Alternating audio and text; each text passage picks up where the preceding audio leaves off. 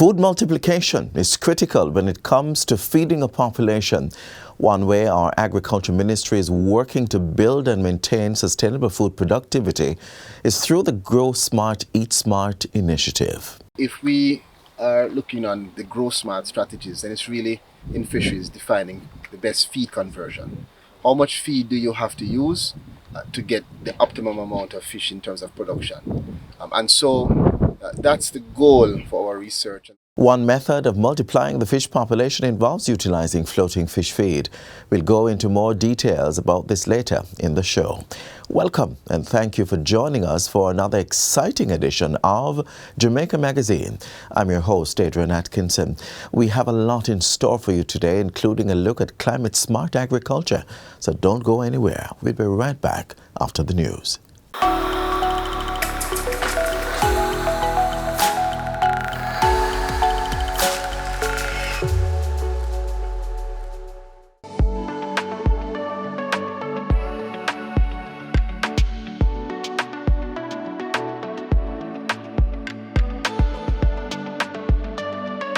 Looking for that next science project, one that will make a lasting impact and one that's also economically beneficial?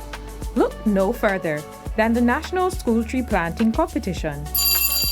We're calling on all schools from early childhood right up to the tertiary level to sign up for this worthy cause. The school that plants the most fruit or ornamental trees will get $300,000. Visit the Forestry Department's website to submit your entries for a chance to win awesome cash prizes and awards. Don't forget to download the 876 Trees app and see the progress of each tree planted. Get those green thumbs working and let the planting begin. Entries close on February 28, 2023.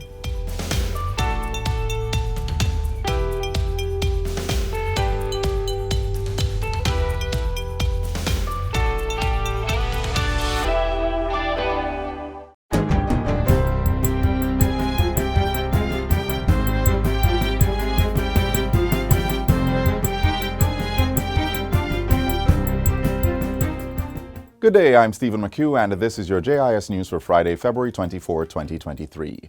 The National Export-Import Exim Bank of Jamaica is making it easier for small and medium-sized business operators to procure solar energy solutions and reduce their energy costs. The institution launched its solar energy loan facility on Thursday. Managing Director Lisa Bell says it offers businesses an opportunity to reduce their carbon footprint and improve competitiveness. The cost of electricity continues to rise. And we have heard the cry of our clients in the context of how much this contributes to their expense and those line items. So we've sought to create a new product that would help small and medium-sized manufacturers, businesses to reduce that footprint and to reduce their cost. General Manager for the bank's Trade and Commercial Lending Division, Winston Lawson, says borrowers can secure a minimum of $5 million and up to $50 million at an interest rate of 7.5%. The loan will fund up to 85% of businesses' total costs to acquire and install appropriate solar equipment.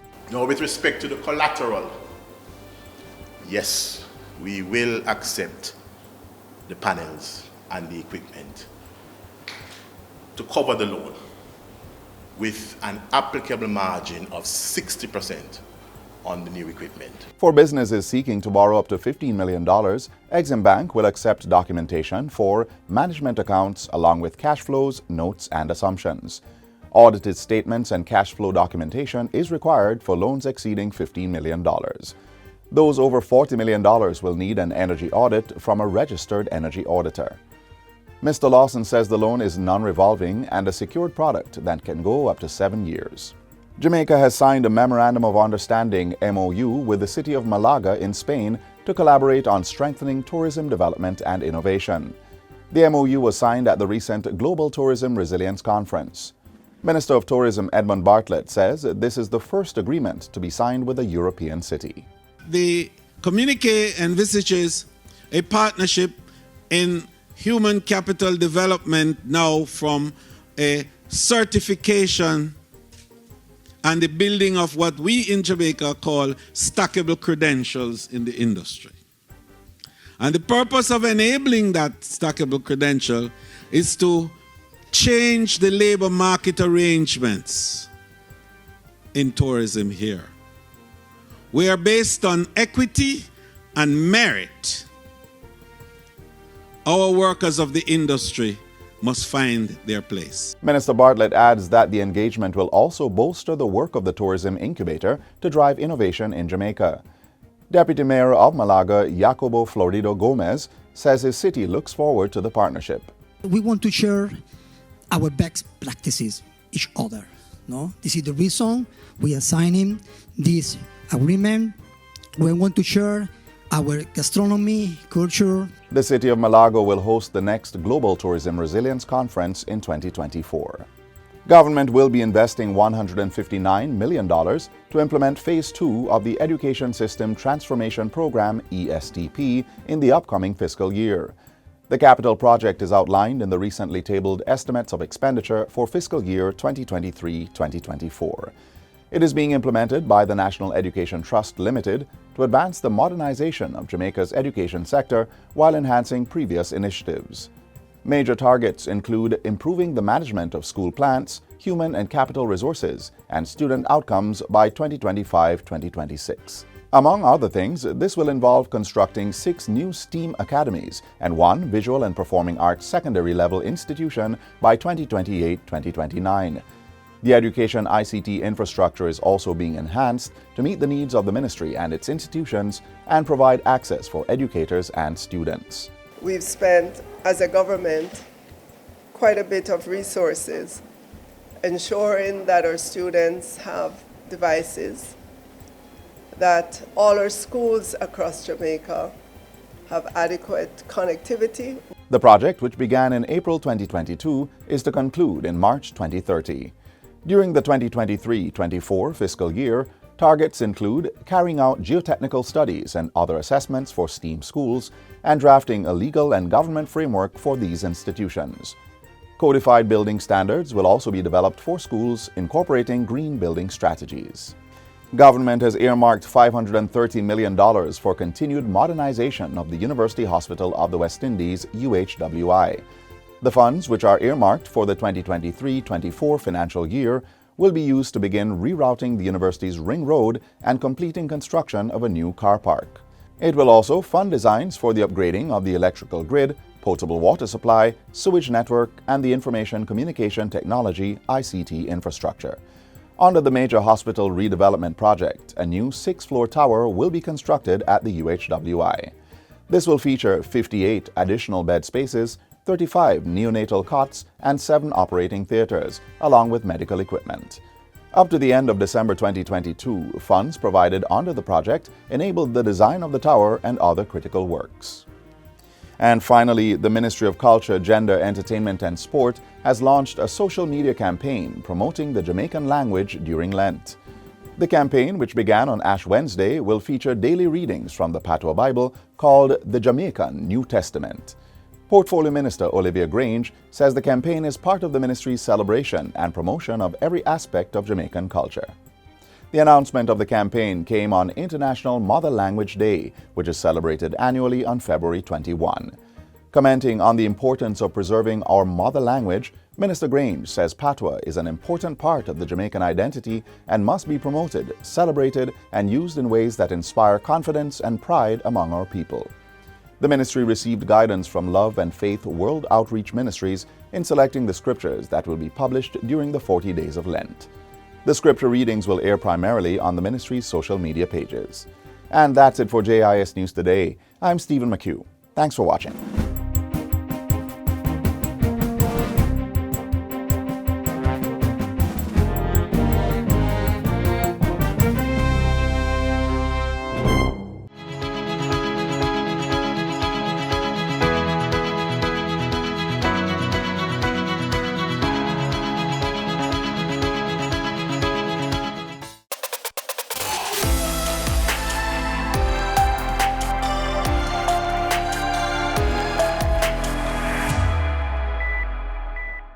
Food demand is increasing as a result of changing diets and a growing global population. Crop yields have leveled off in many parts of the world, and production is struggling to keep up with the world's growing population. The task of ensuring food security will only become more difficult. One way to address this issue is through the practice of climate-smart agriculture. Our next feature will explain how. With a degree of increasing urgency on our actions to combat fast rising temperatures and slow sea levels eroding closer inland, what we do about climate change today will matter. The effects of climate change are far-reaching, and food security is one of the areas affected.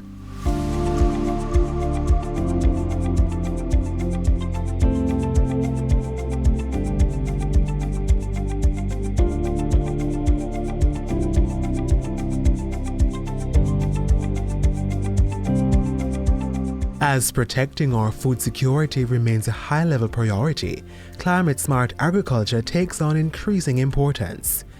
This way of harvesting food uses better farming practices to reduce its contributions to greenhouse gas emissions, while increasing production output. Smart agricultural practices include reducing deforestation, better soil management, and intercropping.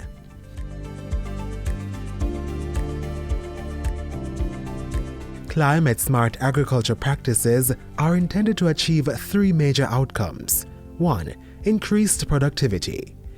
More food is needed to feed the global population as it continues to grow exponentially. Equally important is ensuring sustainable incomes for farmers, distributors, and key players driving the agriculture industry. Data from the World Bank indicates that 75% of the world's poor who live in rural areas rely on agriculture for their livelihoods. Number 2. Resilience to climate change threats. Increasing severe weather conditions caused by a warmer Earth means more drastic impact on agriculture output.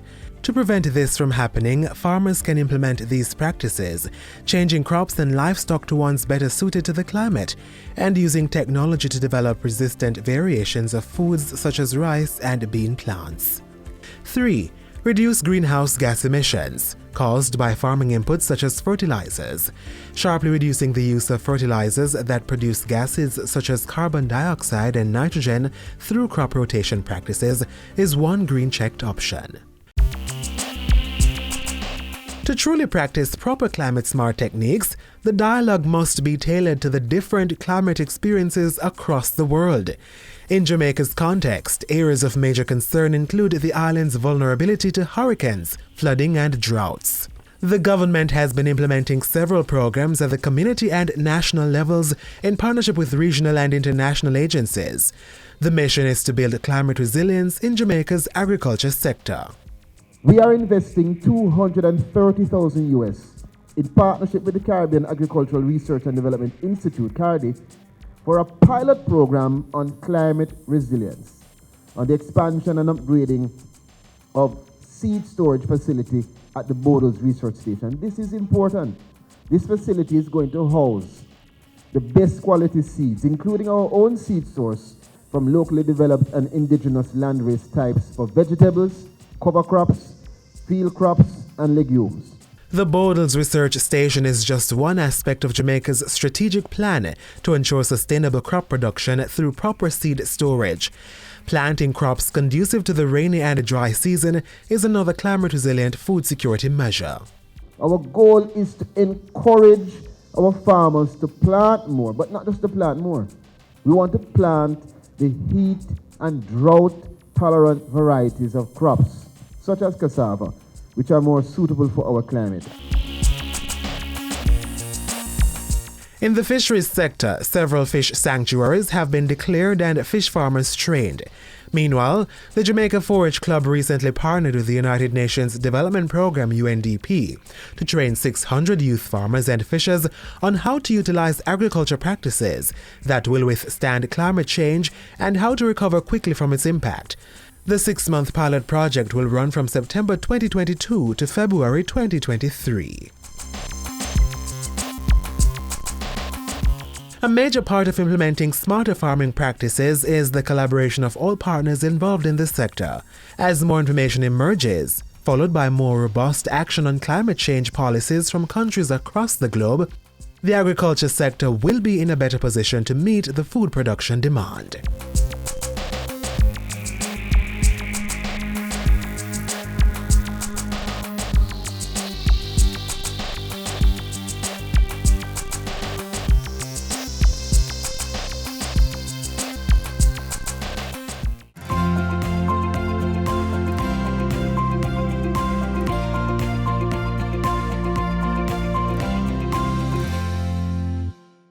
Now that we've covered how to implement climate-smart agriculture, is how you can eat smart as well. Jamaica is known for its culinary melting pot of flavors. Our local cuisine mixes inspiration from our European, African, East Asian, and Indian roots, making our meals a wonderful blend of herbs and spices, ranging from simple appetizers to a heavy main course. Under the Ministry of Agriculture and Fisheries' Grow Smart, Eat Smart campaign, we will look at ways to eat smart. And so today, one of our local chefs will whip up dishes using produce from his very own garden.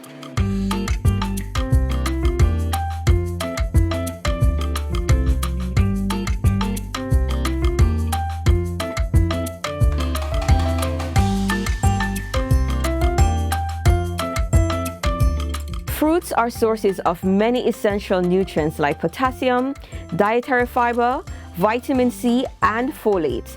And it's best to have it at the beginning of the day. So starting off today's entree is a fruit platter being prepared by Chef Dennis Osborne from B&E Caterers and Restaurant Limited. Alright, so we'll be going right ahead. We'll be peeling to just create a simple design on the plate here.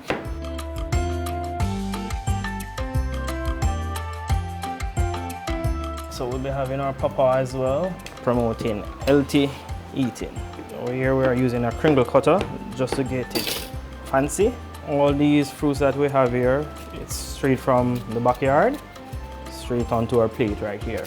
Here you go, perfect fruit platter within 5 minutes or less. Food security will allow Jamaica to provide adequate and a safe supply of food for everyone, like the fruit platter seen here.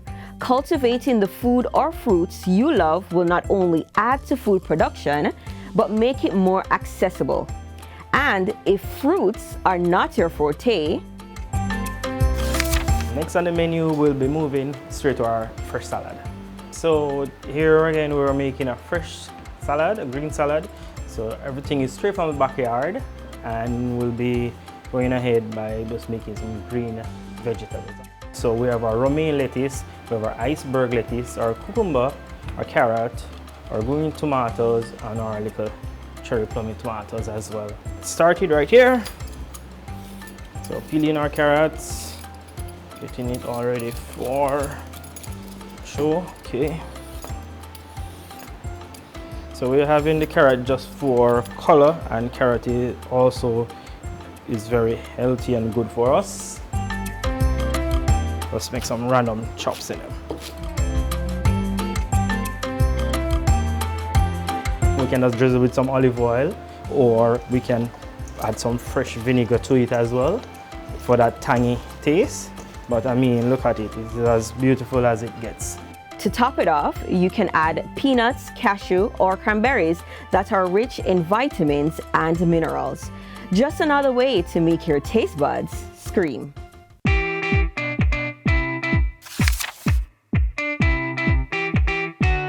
What's next on the menu is stuffed chicken breast with callaloo and stuffed tilapia fish with callaloo as well. So we finally chop in clove of garlic.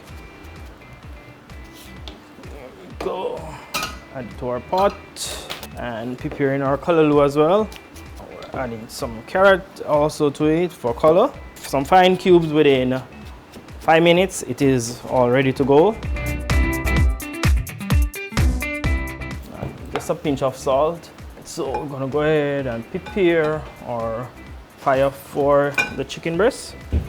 So we had a knob of butter in it. This is our chicken breast. We're lightly seasoned, salt and black pepper, create a pocket Inside our chicken breast here, we're going to be adding our callaloo to the pot in just a bit.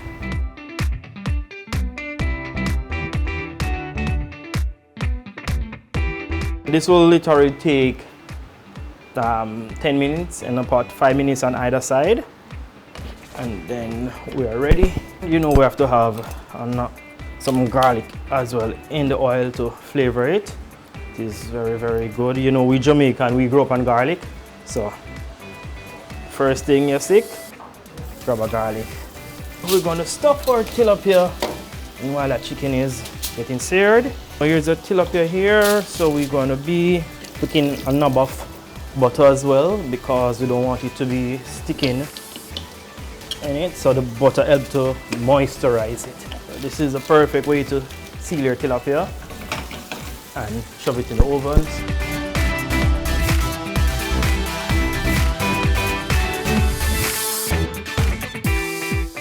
We went ahead and blanched our vegetables, so just in our vegetables here. Adding a sprig of thyme as well. Also some fresh parsley. Let it rest for 2 minutes. Grab your chicken, slice as desired, and voila! Stuffed chicken breast with our own backyard vegetables and our charred tomato ready to go. To keep the fire burning, a side of sweet plantains to complement the tilapia. You know, Jamaicans, we love ripe plantain, right? We'll be cutting it on the bias again using our kringle cutter. So we're adding the ice green and gold color to our pot. We're julienne our sweet peppers, and these are sweet pepper, these are not bell peppers.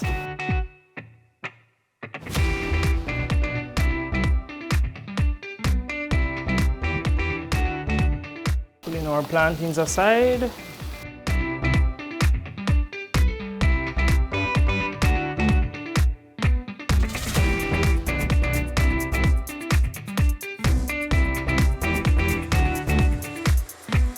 Here you have it, roast tilapia, plantains served with a slice of avocado on our fresh vegetable from our backyard. Just yum! And to fill all gaps in the stomach, what's better than to add a blend of cherry juice? We're actually making about 6 cups of cherry juice, and it's optional for sweetener because these cherries are very, very sweet. We can add a tablespoon of honey if we wish. And you can do all this with ingredients from a home garden. Let's continue to hold on to our traditions by growing the food we love. Excellent.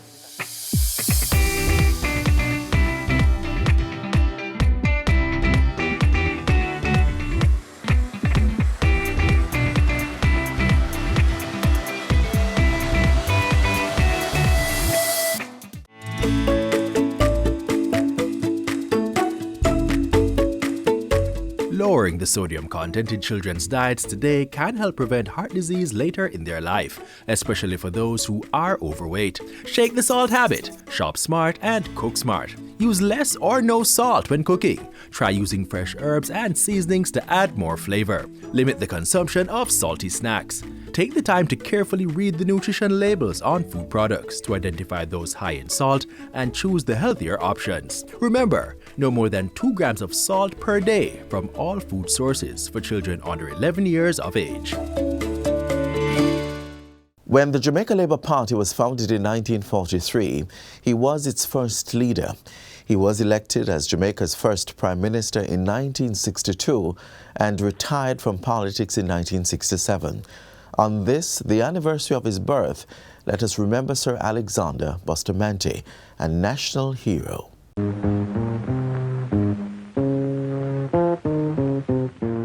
Sir Alexander Bustamante, the undisputed champion of the working class. As a trade unionist, he earned the title when he tackled unemployment and the terrible pay and working conditions facing working class Jamaicans. Sir Alexander spoke fearlessly against the English colonial rulers, writing several letters to the Gleaner and occasionally to British newspapers. Widespread discontent led to social unrest in 1937 and 1938, and all the time, Bustamante continued to champion the cause of the people. On September 8, 1940, he was detained for an alleged violation of the Defense of the Realm Act. He was locked up for a year and 5 months. Sir Alexander later founded the Jamaica Labour Party in 1943 and won the first general election under universal adult suffrage in 1944. He also became the first Prime Minister of an independent Jamaica in 1962. Sir Alexander died in 1977.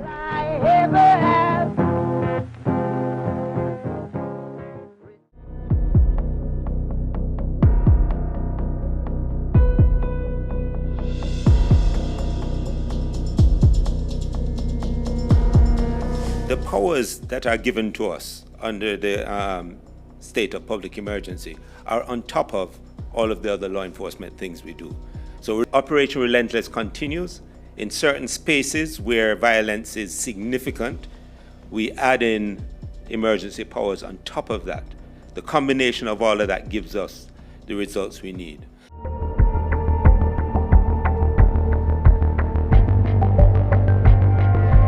The state of emergency allows us to impact the people who intelligence says are doing violence.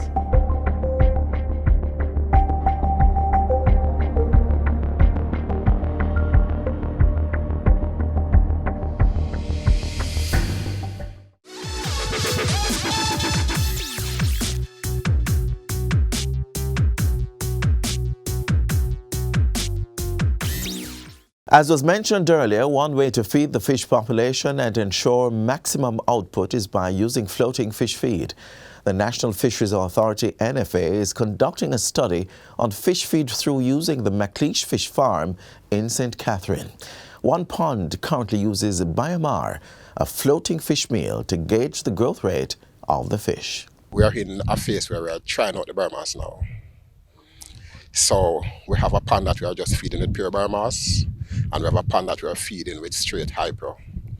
And then we will see the result, and then from there we will know what feed we're going to continue on.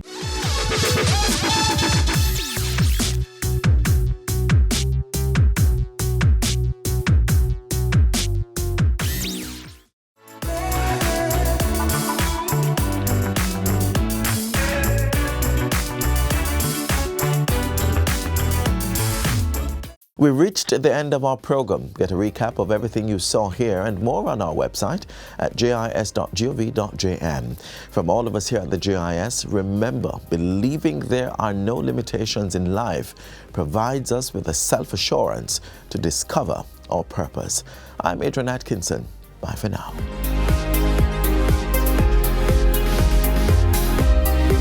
This has been a production of the Jamaica Information Service, the voice of Jamaica.